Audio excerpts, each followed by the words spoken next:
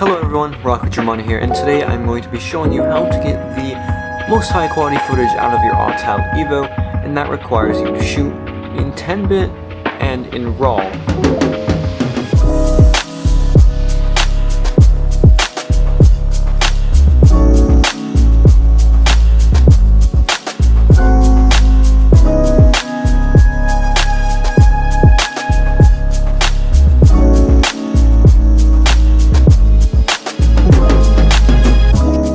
Alright, before we get into the rest of this video, be sure to subscribe, because the amount of you that are watching this that are not subscribed is sadly substantial, and we can change that. So drop a like and subscribe. It is free, and if you enjoy my content, why not, you know? So yeah, subscribe, and I will wait until you do so.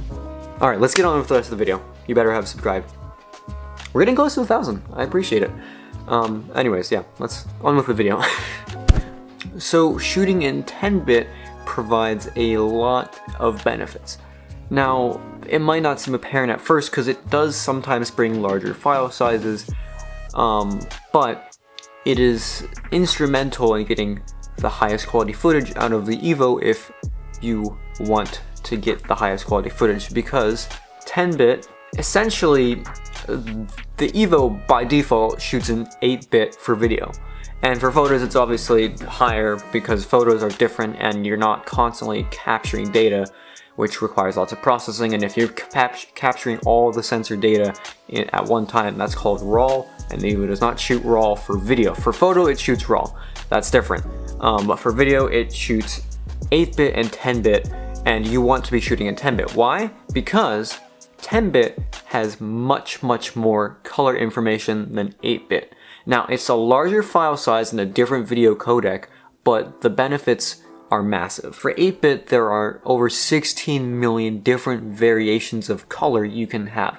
Now, that is a lot, but when you come into color grading, especially the way I do it, I shoot in log, which is very beneficial to getting more dynamic range in your image.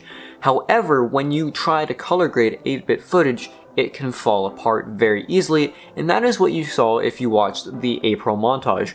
Now, YouTube compression very much also hurt it even more, but there was already some issues within the editing software, which I thought was because I was using proxies and that was causing issues with that. But when I exported it, was just like, I think that's a little weird. But it got even worse on YouTube, which that montage, although was cool in some parts, I really feel like I could have done a lot better with it. Especially shooting in 10-bit, and I did not shoot in 10-bit, and I should have. Why? Because 10-bit, as compared to 8-bit 16 million colors, has 1,073,741,824 different color possibilities. Now, if you have an even more powerful camera that can shoot 12-bit or even 14-bit RAW codecs, that is insane, and that's what they use for movies, cinema cameras, stuff like that. But 10-bit should be standard across consumer things. This camera shoots 8-bit, which, I mean, I'm fine with. I don't do heavy color grading with it, but in the future, I want to upgrade to a camera that can do 10-bit, although the camera I want to buy doesn't do it internally. I have to use a monitor. That would be the Canon EOS R. 10-bit 4K with log if you record externally to the Atomos Ninja 5, which is down the road, but I would like to have 10-bit because the color grading options are so much more wide. You can do so much more with 10-bit, especially if you're shooting in log. An 8-bit codec, when you try to push the colors too far, you get banding across the screen. You see those pixelations, you see, especially on the Evo, you get this grain that shouldn't be there. But basically what the log footage does on the Evo is it raises the shadows, which you can put them back down in post, but that grain is introduced when you shoot in 8-bit. So switching to 10-bit is a very beneficial thing to do. So how do you switch to 10-bit? Well, that's a good question. When you're in the Evo app, you have to go to the camera settings down on the bottom right corner, and then you go to the thing, you click on it, and you go through the menus. There is a video format. There is H.264, which is the standard 8-bit codec, and then H.265. When you switch to H.265, by clicking on that, you have just switched your color to 10-bit. Now, heads up, H.265 files are sometimes can be bigger, and they can often have issues when you are editing with your computer, so you have to get this plugin, an extension from Microsoft, in order to have it work with your computer if you have a Windows computer. Now if you have a Mac, I'm pretty sure it should work by default, but I don't know why Windows doesn't have this built in, because lots of new drones have it. Even the Mavic Air 2, which doesn't shoot 10-bit, it just has that codec. It doesn't actually shoot 10-bit. Basically, this is becoming a more popular codec, even though not everyone uses 10-bit inside of the codec. I know that the Evo just has 10-bit only in that codec, from what I have seen. And as soon as I put this into my timeline in DaVinci Resolve, I was like, holy cow. It was a log image, but I could still see so much more vibrant, so much more rich and defined colors. As you could probably see in the beginning of the video, that intro, there was 8-bit and then 10-bit. Holy cow, there is a major difference. And then with the main montage, everything will be shot in 10-bit, and from here on out, I plan to shoot everything in 10-bit because it's just so much better. Now that's the video side of things. For photos, if you want to get the best out of your Evo for photos, you can take RAW photos. Now JPEG is the standard across mostly everything. Now however, JPEG is very limited if you want to take your photos into an editing software and edit them. Now if you are just flying for fun and recreational stuff, yeah, you can just use JPEGs, and you don't even have to use 10-bit for a video. Like, that's just in order to get the highest quality footage. If you want to get the highest quality photos, you just go in, there's this camera settings in the bottom, switch it to RAW. It's as easy as that. And you could do RAW and JPEG, that way it takes a RAW and then it processes it as a JPEG, but RAW photos just contain so much more data, and I believe the color bit for the RAW is, on the Evo, is either 12-bit or 14-bit, I have no idea, but for photos, it doesn't require as much processing to take one photo at a higher bit rate. I mean, at a higher bit depth for color.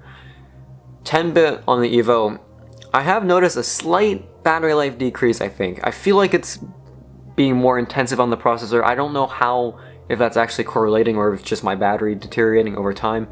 But it's honestly worth all the trade-offs. Honestly, although I was practically editing blind the first time I put this into DaVinci Resolve. My computer was like, what is this? There are too many color variations. Oh my gosh. For video. For photos, shooting in RAW, as long as you have a software that supports RAW for photos, then you should be fine. I use Adobe Lightroom Creative Cloud, and I can put that in there easily. And if you have it in log as well, you can get more dynamic range out of the photos as well, because I believe the log also applies to photos if you have it set to be on. So I have some photos up on the screen right now, before and after, taken in RAW, and it's a really powerful way to get amazing photos out of the Evo. So those are the best two ways to get high quality footage out of the Evo. Now, you can do this in any resolution. If you want to get the highest possible resolution, 4K 60 actually isn't the highest resolution you can go to. There is this thing called 4K Plus, which is, I believe, over 4K by just a bit. Not 5K, it's not 5.9K, it's not even close to 6K, but it's above 4K. So if you want a little bit of extra room when you're editing for some reason, if you want to zoom in further, you can do that, but the only issue is it's up to 24 frames per second, you can't go higher. And I like 60 FPS, I don't like 24 FPS, I'm sorry, film purists, but there are so many issues I have with 24 frames per second. Although it is great for like computers, so it doesn't destroy the processing, I really feel like 60 FPS is the way to go for drone footage. Now I can slow it down to 24 if I have other 24 FPS footage. Anyways, that's a whole nother video. If you are interested in that, leave a comment, whatever. But yeah, you can do that as well, and then shoot in 10-bit. All these things add up. So to recap, for video, switch it to H.265 so you can get 10-bit color signs, over 1 billion colors compared to 16 million colors in the original 8-bit codec that the Evo shoots in. Now for photos, just switch it to RAW so you have so much more data, so much more room for editing, and boom, you have gotten the most high quality footage and photos out of the Evo. If you enjoyed this video, be sure to drop a like and subscribe for more awesome drone footage. The May montage, I'm really excited about it. It looks so good. I love the colors. I try to shoot a lot at sunset this month, so everything is looking super vibrant, and I hope you all enjoy it. Stay tuned for that. And also, my short film, Summer is Coming out next week. So stay tuned for that as well, and I hope you enjoyed that. And if you did enjoy this video, be sure to drop a like and subscribe. It is free. And yeah. Alright, I'll see you all in the next one. Peace. And also, I need a haircut. I need a haircut so much. Yeah, I just can't fix that. It just keeps going down like that, and I'm like, no, go back, go back, go back, go back. Yeah. Alright, peace.